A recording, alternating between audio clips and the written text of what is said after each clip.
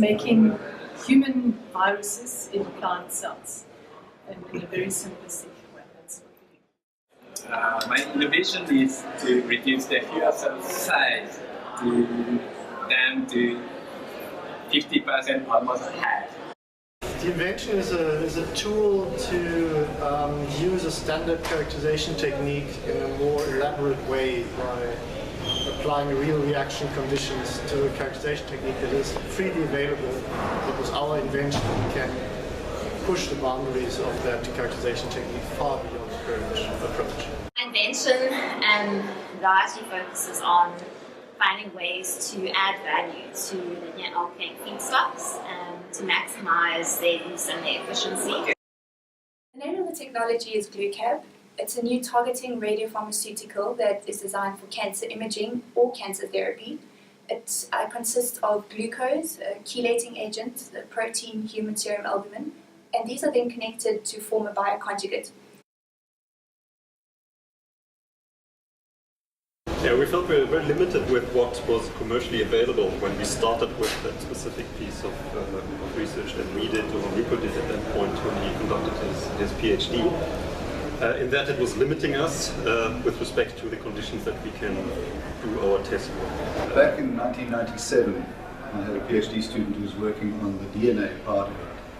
And then we started working on papillomaviruses, and it looked to be a fairly obvious thing to us that you could put the two together. You could, making the protein on the one hand, making the DNA in the plant on the other hand, put it together and make something that looks exactly like a human virus but is made in a plant cell, which makes it more safe in the first place and also makes it much cheaper to make.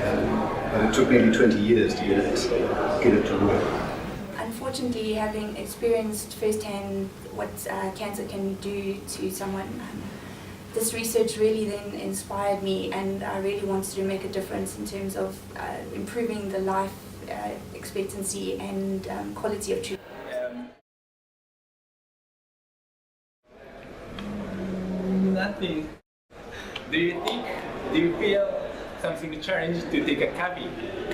Invention is, for me, something like taking a copy.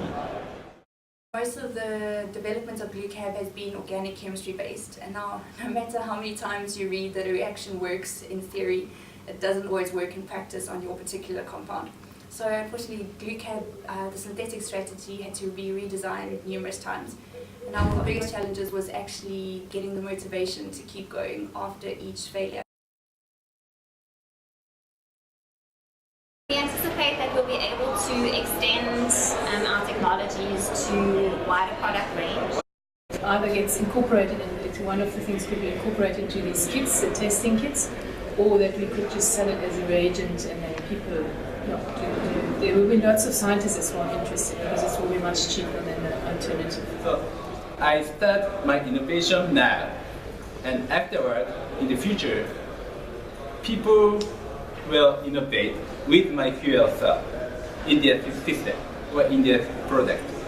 And final consumer use their system, changing their life. That's my expectation. For example, we want to push the temperature limits even higher than they currently are. And so there's new developments taking place currently, and I think we've learned a lot from the past in that, and in how we go about improving this.